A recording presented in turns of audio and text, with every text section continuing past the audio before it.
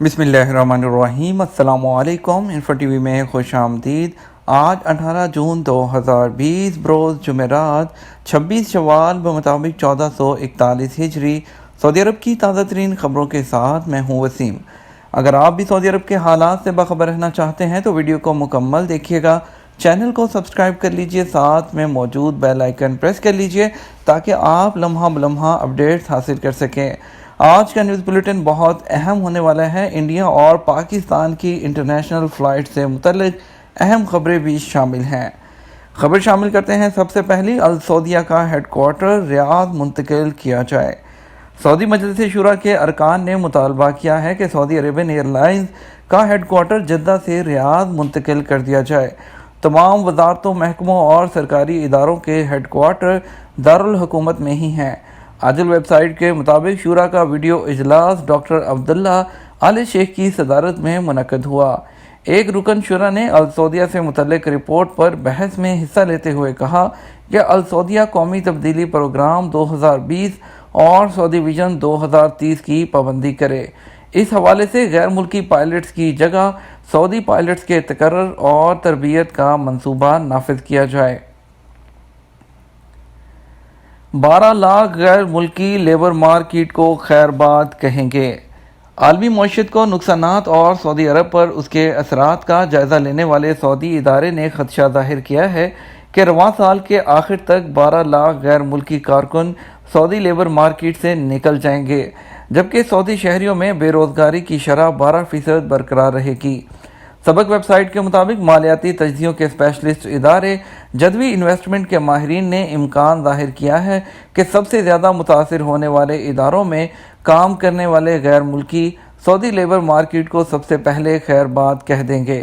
ماہرین نے کہا ہے کہ سیاحت، ریسٹورانٹ، فوڈ کی خدمات فراہم کرنے والے ادارے، ادارتی نگرانی، سپورٹ، کنسٹرکشن، ٹریول اور ٹکٹنگ اور اس کے علاوہ کرائے پر آلات فراہم کرنے والے ادارے اور سیکیورٹی فراہم کرنے والے اداروں کے ملازمین سب سے زیادہ متاثر ہوں گے۔ کمپنی کے ماہرین نے توقع ظاہر کی ہے کہ آئندہ سال کی دوسری شش ماہی میں لیبر مارکیٹ میں تیزی آنا شروع ہوگی اور خاص طور پر آخری 3 ماہ بہترین ثابت ہوں گے۔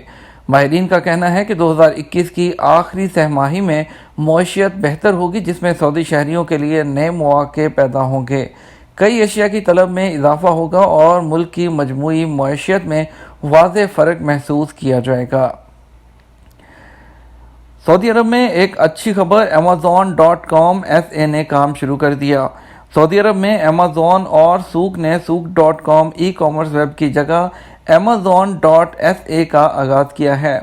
اس وقت دنیا بھر میں کرونا وائرس کے باعث لاک ڈاؤن کے باعث آن لائن شاپنگ کا رجحان بڑھا ہوا ہے اور مزید صارفین ویب کی طرح رخ کرنے پر مجبور ہیں۔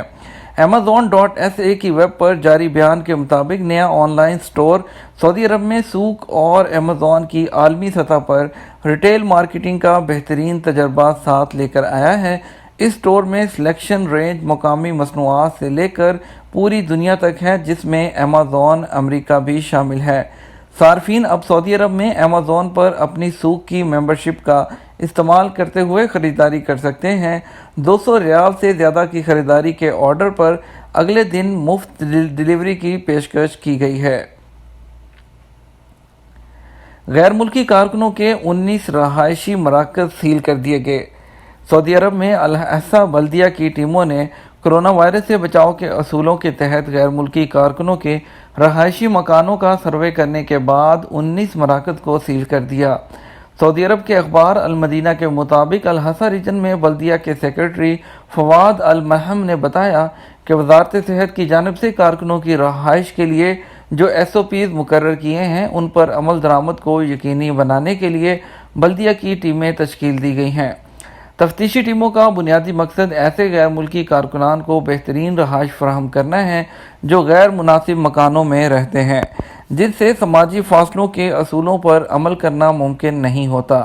الملحم نے مزید کہا کہ مقررہ ضوابط کی خلاف ورزیوں پر بلدیہ کی تفتیشی ٹیموں نے مختلف علاقوں میں غیر ملکی کارکنوں کی 19 مشترکہ رہائش سیل کر دی ہیں، جہاں سماجی فاصلے کے اصولوں کے خلاف لوگ رہ رہے تھے۔ ریسٹورنٹ کو گاہکوں کو سلاد پیش نہ کرنے کی ہدایت کر دی گئی۔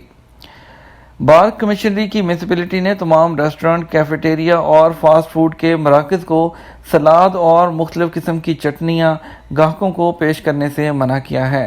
سبق ویب سائٹ کے مطابق میونسپلٹی نے کہا کہ موسم گرما میں سلاد اور چٹنی زیادہ جلدی خراب ہو جاتی ہے، یہی وجہ ہے کہ ریسٹورنٹ پر پابندی لگا دی گئی ہے۔ میونسپلٹی نے کہا کہ بارک میں بڑھتی ہوئی گرمی کے پیش نظر سلاد اور چٹنی کو خرابی سے محفوظ رکھنا ممکن نہیں۔ اہم خبر شامل کرتے ہیں۔ کوشش ہے کہ 1 ماہ میں تمام تارکین کو واپس لایا جائے۔ وزیراعظم کے معاونین خصوصی زلفی بخاری اور معید یوسف نے کہا کہ حکومت کی کوشش ہے کہ 1 ماہ کے دوران واپسی کے خواہش مند تمام تارکین وطن واپس آ جائیں۔ بدھ کو اسلام آباد میں نیوز کانفرنس کرتے ہوئے زلفی بخاری کا مزید کہنا تھا کہ ہماری پہلی ترجیح وہ تارکین وطن ہیں جن کی کرونا کی وجہ سے ملازمتیں ختم ہو گئی ہیں۔ انہوں نے یہ بھی کہا کہ جو پاکستانی بیرون ملک چھٹی پر ہیں وہ وہیں قیام کریں تو بہتر ہوگا۔ ہو سکتا ہے کہ وہ پاکستان واپس آ جائیں اور کچھ روز بعد واپس جانا چاہیں تو ان ممالک کی ایئر سپیس بند ہو اور وہ واپس نہ جا سکیں۔ انہوں نے بات جاری رکھتے ہوئے کہا کہ پہلا حق ملازمت سے فارغ ہونے والے ملازمین کا بنتا ہے، اس لیے انہیں واپس آنے دے۔ ان کا مزید کہنا تھا کہ پاکستان آنے والے ہر مسافر کا کرونا ٹیسٹ ہوگا اور علامات والے مسافروں کو 14 روز قرنطینہ میں رکھا جائے گا۔ زلفی بخاری کا کہنا تھا کہ پچھلے 18 مہینوں کے دوران 9,80,000 لوگ باہر گئے، جبکہ کرونا کے باوجود بیرون ملک سے آنے والے پیسوں میں کمی نہیں بلکہ اضافہ ہوا۔ انہوں نے واپس آنے والے پاکستانیوں کو مخاطب کرتے ہوئے کہا کہ وہ خود کو OEC یعنی کہ اوورسیز امپلائمنٹ کارپوریشن کی ویب سائٹ پر رجسٹرڈ کروائیں اور اپنی ملازمت کی تفصیل لکھیں۔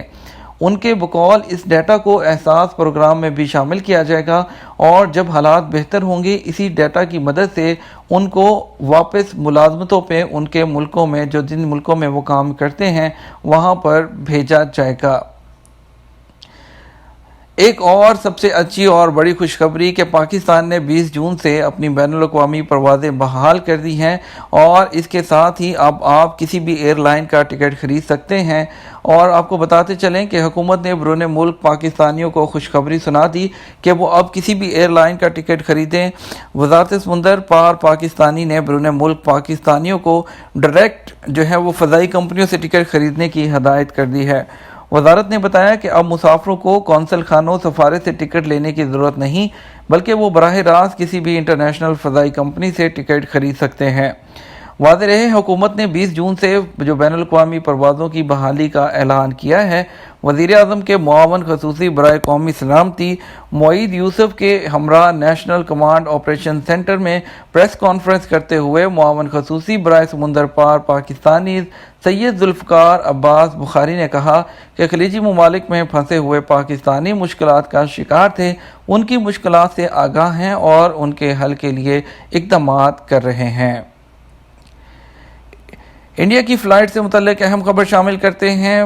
ہندوستان میں بین الاقوامی پروازیں کب شروع ہوں گی؟ ہوابازی کی وزارت کا کہنا ہے کہ آنے والے مہینے میں فیصلہ کیا جائے گا۔ مرکزی ہوابازی کے وزیر ہردیپ سنگھ پوری نے بین الاقوامی پروازوں کو دوبارہ شروع کرنے پر ٹائم لائن دینے سے انکار کر دیا، لیکن اس بارے میں مزید فیصلے آنے والے مہینے میں کیے جا سکتے ہیں۔ بین الاقوامی فضائی سفر بدستور معطل ہے کیونکہ ملک میں کرونا وائرس میں غیر اعلانیہ اضافہ جاری ہے۔ معاشی سرگرمیوں کو ایک بڑی تعداد میں کھولنے کے بعد انڈین حکومت مستقبل قریب میں بین الاقوامی سفر کا آغاز کرنے پر غور کر رہی ہے۔ مرکزی شہری ہوابازی کے وزیر ہردیپ سنگھ پوری کا خیال ہے کہ بین الاقوامی سفر پر پابندی ختم کرنے سے متعلق فیصلے آنے والے مہینے میں لیے جا سکتے ہیں۔ اس معاملے پر بات کرتے ہوئے انہوں نے کہا کہ ہمیں یقین ہے کہ آنے والے مہینے میں ہم بین الاقوامی پروازوں کی بحالی کے بارے میں فیصلے اپنانا شروع کر دیں گے۔ میں یہاں ٹائم لائن نہیں دینا چاہتا، تمام اسٹیک ہولڈرز اور مسافروں کو اعتماد میں لینے کی ضرورت ہے۔ ماسک نہ دینے پر 3 فارمیسیاں بند کر دی گئی۔ سعودی وزارت صحت نے ملک کے مختلف علاقوں میں صارفین کو ماسک فراہم نہ کرنے والی فارمیسیاں بند کر دیں۔ اخبار 24 کے مطابق وزارت صحت نے بیان جاری کیا کہ 3 فارمیسیاں مقامی شہریوں اور مقیم غیر ملکیوں کو حفاظتی ماسک فراہم کرنے میں مسلسل بہانے کر رہی تھی۔ شکایات کی تصدیق ہو جانے پر تینوں کو سیل کر دیا گیا۔ نئے کیسز میں 52% سعودی اور 48% غیر ملکی۔ سعودی عرب میں کرونا وائرس سے بدھ 17 جون کو ہلاک ہونے والوں کی تعداد 39 تھی، جن میں سے بیشتر ہلاکتیں جدہ میں ہوئیں۔ ویب نیوز سبق نے وزارت صحت کے حوالے سے کہا کہ گزشتہ 24 گھنٹے کے دوران سعودی عرب کے مختلف شہروں میں کرونا کے مزید 4919 کیسز کی تصدیق ہوئی۔ ان میں 52% سعودی جبکہ 48% غیر ملکی شامل ہیں۔ کووڈ-19 سے ایک ہی دن میں ہونے والی 39 ہلاکتوں میں سے 18 مریض جدہ میں ہلاک ہوئے، جبکہ ریاض میں 7، مکہ میں 5، دمام میں 3 اور مدینہ، نجران، عرعر، النعیرہ، حائل اور سکاکا میں ایک شخص اس مہلک وائرس کے ہاتھوں ہلاک ہوا۔ وزارت صحت کا کہنا ہے کہ گزشتہ 24 گھنٹے میں کرونا وائرس میں مبتلا 4919 نئے کیسز میں 30% خواتین اور 70% مرد ہیں، جبکہ معمر افراد 5%، بچے 9% اور بالغ افراد کا تناسب 86% ہے۔ منی لانڈرنگ کے ملزمان کو سزا 16 ارب ریال ضبط کرنے کی سفارش۔ سعودی عرب میں پروسیکیوشن جنرل نے منی لانڈرنگ کے الزام میں گرفتار 28 افراد، جن میں سعودی اور غیر ملکی شامل ہیں، کے کیس کی تحقیقات کے بعد اپنے فیصلے سے عدالت کو آگاہ کر دیا۔